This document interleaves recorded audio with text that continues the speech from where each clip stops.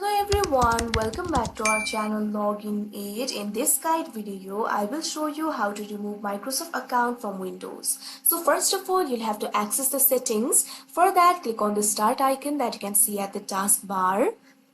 Now click on the gear icon that you can see right over here on your screen. Now you can see over here settings will be opened. You'll be able to find several options over here. Find the option for accounts and click on it. Now you'll be led to the accounts interface. Make sure your info option is selected from left. If that option is selected, you can see over here you'll be able to find your Microsoft account. So if you want to remove this Microsoft account, what you have to do is simply click on this option, sign in with a local account instead. Now you can see over here this kind of pop-up will appear. Are you sure you want to switch to a local account? Windows works better when you sign in with Microsoft. Switching to a local account means you won't see your personalized settings on your devices. So simply click on the option next. Now for security, Windows need to verify your identity. What you have to do is enter your Microsoft account password over here. So simply enter the password.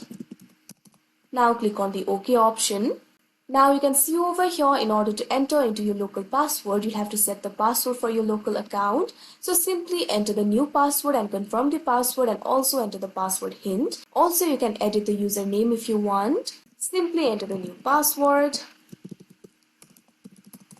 Now confirm the password. Now also enter the password hint. Now click on the next option that you can see on the screen. Now click on the option sign out and finish. Now your device will be restarted, and now you can see over here you'll be switched from Microsoft account to local account. That means your Microsoft account has been removed.